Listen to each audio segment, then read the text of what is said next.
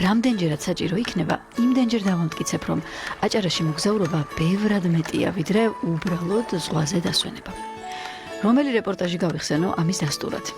მილიონობით წლის წინანდელი ტორფის ჭაობები ქობულეთში, თუ გადამფრენჩიტებზე დაკვირვება სოფელ ჩაისუბნის მთებიდან, თუ წიოქას ჩანჩქერი, რომელზეც ბრინჯაოს ხანის ადამიანები მუშაობდნენ, მადნეულის მომპოვებელი საწარმო ჰქონდათ გაშლილი და ძვირფას ლითონებს მოიპოვებდნენ. იქვე ბინადრობენ კინტრიშელი დათვები და სულ ახლოს ტრიალებს კაკლის ფოთოლში შემწვარი კალმახის არომატი. ტირალას პარკის თავგადასავლებიც იქვეა, რომელი ერთი უნდა დავასახელო. ახლა კი გავიდა წლები და ისევ აჭარას მივატექი. ამჯერად სულ სხვა მიზეზით. ახლა ციტრუსის დროა, რადგან იმედის დღის და საკპატენტის თანამშრომლობის ფარგლებში მორიგ ქართულ პროდუქტზე, აჭარის მანდარინზე ვსაუბრობთ. სოფლიოში ხილის წარმოების 30%-ზე მეტი მოდის ციტრუსზე. რა თქმა უნდა, ამაში შედის ლიმონიც, პორტოხალიც და მნიშვნელოვანი წილი უჭირავს მანდარინს. კონკრეტულად აჭარის მანდარინის დარეგისტრირება რატომ გადაწყდა, რომ ამ მიწაზე და ამ კლიმატში მოყვანილ მანდარინს მიეცეს განსაკუთრებული მნიშვნელობა? ჩვენ ვართ ქობულეთში, ქობულეთის მუნიციპალიტეტში და როგორც აღმოჩნდა, აქაურმა კლიმატმა განსხვავებულად მიიღო მანდარინი, ციტრუსის ესახეობა და საგემოვნო თვისებებით ის გამოირჩევა ყველა და არა მხოლოდ საქართველოს სხვა კუთხეებში მოყვანილი მანდარინისგან. ამიტომ შეგვიძლია თქვა, რომ ჩვენთვის ცნობილი სხვა მსოფლიოს სხვა რეგიონებში თუნდაც მოსული მანდარინისგან განსხვავებული საგამოვნო თვისებებს იძენს ქობულეთში ამ ტერიტორიაზე, მათ შორის სადაც ჩვენ ვიმყოფებით და სწორედ ამიტომ გადაწყდა, რომ მას მიენიჭოს ადგილწარმოშობის სასახელების სტატუსი, საკპატენტი მუშაობს ამაზე და ის შევა უკვე მსოფლიოში როგორც ერთ-ერთი გამორჩეული ციტრუსი, რომელსაც ექნება თავისი ადგილი აუცილებლად. ჩვენი რეპორტაჟი შევა მსოფლიოში ერთ-ერთი გამორჩეული რეპორტაჟი წვიმაში, სეტყვაში, თოვლში,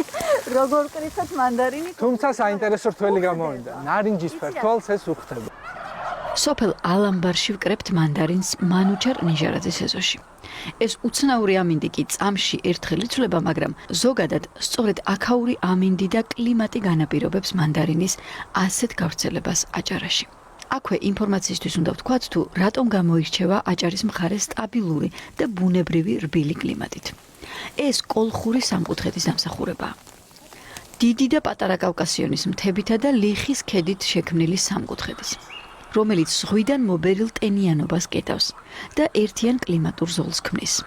ამ უნიკალური ნიშანთვისებით სულ რამდენიმე წლის წინ საქართველო პირველი იყო, რომელიც სამხრეთ კავკასიის რეგიონიდან იუნესკოს რუკაზე მოინიშნა და მსოფლიოს ბუნებრივი მემკვიდრეობის ნუსხაში მოხვდა. ამ მცირე ექსკურსის შედეგად უკვე მარტივად ხვდებით, თუ რატომ შეექმნა ამ სუბტროპიკულ ხილს საუკეთესო გარემო სწორედ აჭარაში. მე-19 საუკუნის მიწურულს იაპონიიდან შემოტანილი ჯიში უნშიუ აქ გავრცელდა და ქართული მანდარინის საუკეთესო ჯიშად ჩამოყალიბდა. თუმცა აქ არის კიდევ ერთი საინტერესო დეტალი, მნიშვნელოვანიც კი ვფიქრობ, რადგან საკპატენტს უკვე დარეგისტრირებული აქვს ხეთის მანდარინი, რომელსაც ახლა აჭარული სახეობაც დაემატება და საინტერესოა ეს ორი დასახელება ერთმანეთს შეავსებს თუ პირიქით კონკურენციას გაუწევს. კიდევ უფრო მნიშვნელოვანი ის არის, რომ ერთ პატარა რეგიონში, ანუ მეზობელ რეგიონებში, თქვა სამეგრელოსა და აჭარაში, მოდის სრულიად განსხვავებული საგემოვნო თვისებების ერთი და იგივე პროდუქტი. ამ შემთხვევაში ვლაპარაკობ ხეთის მანდარინზე და თქვა ქობულეთის, ანუ აჭარის მანდარინზე. ეს უფრო მეტად კარგია, ვიდრე ერთმანეთს დაეტაკებიან და ეს არის სიმდიდრე, მრავალფეროვნება, არჩევანი საშუალება. აი ამდენი მანდარინი კი ერთად არასოდეს მინახავს. ეს კადრები მანდარინის ჩაბარებისა და გადამუშავების ქარხანაშია გადაღებული. ქობულეთში. აქ მუშაობა ორი მიმართულებით მიმდინარეობს. საუკეთესო ხარისხის ნაყოფის დასაწყობება და ექსპორტზე გატანახდება. ასევე არასტანდარტული ნაწილის გადამუშავება იწყება, რომლითაც კონცენტრანტი მზადდება.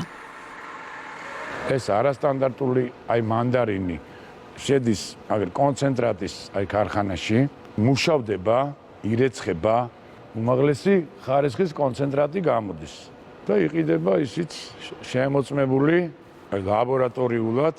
ევროპაში არის ძირითადი მოთხოვნა, საქართველოს ბაზარზე ძალიან კარგად მუშაობს. წელს სახელმწიფომ სუბსიდირების მარჟა გაზარდა და 35 თეთრამდე ასწია. ეს ნიშნავს, რომ მანდარინის ჩამბარებელი ფერმერი 1 კილოგრამ მანდარინზე 40 თეთრს იღებს. აქედან 35 თეთრი არის სახელმწიფოსგან, ხოლო 5 თეთრი ქარხნისგან.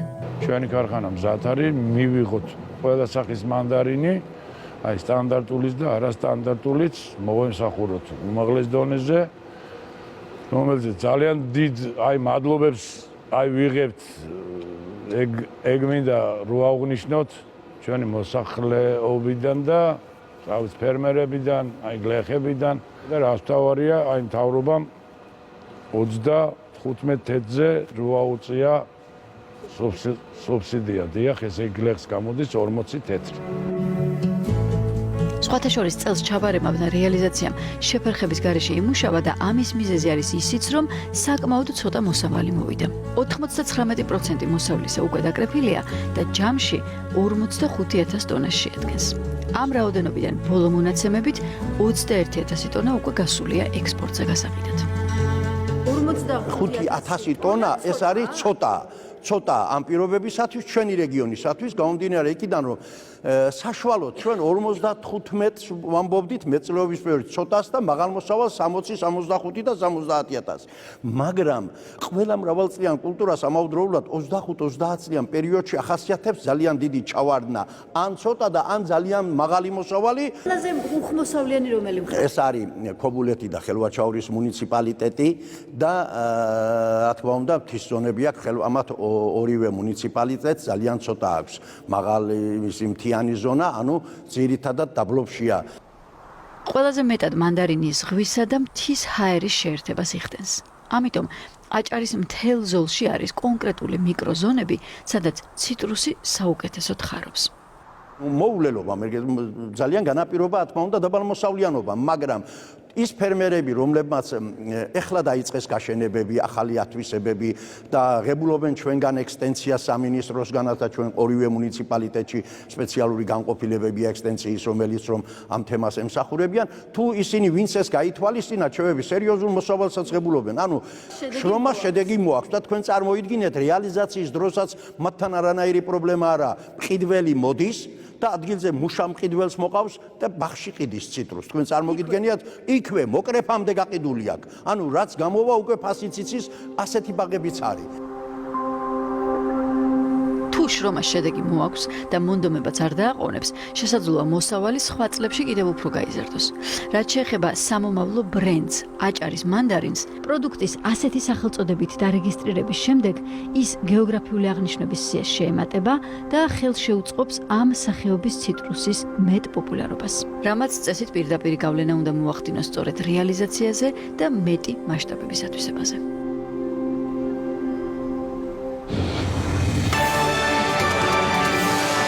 მარიკას ესე კი ისე მოეწონა ეს მანდარინი, რომ ესე დიდი კალათები მთლიანად სახლში წაიღო, ისე რომ ერთიც არ გვაჭამა. არა, ეს ამაზე ვღელავდი და მინდოდა ჩამომეტანა მანდარინი, მაგრამ მოხდა ის, რომ საკმაოდ გვიან გადავიღეთ რეპორტაჟი და უმეტესი წილი დაკრეფილი იყო და ის რამდენიმე ცალი რაც დავკრიფე, მხოლოდ ეს კადრისთვის და იქვე ათვისებისთვის იყო საკმარისი სამწუხაროდ. კიდევ ერთი ადგილი ვიცი, სადაც ძალიან გემრიელი მანდარინია და დარწმუნებული ვარ, იქაც ძალიან მალე დავკრებთ იმ მანდარინს ალბათ ხვდებით.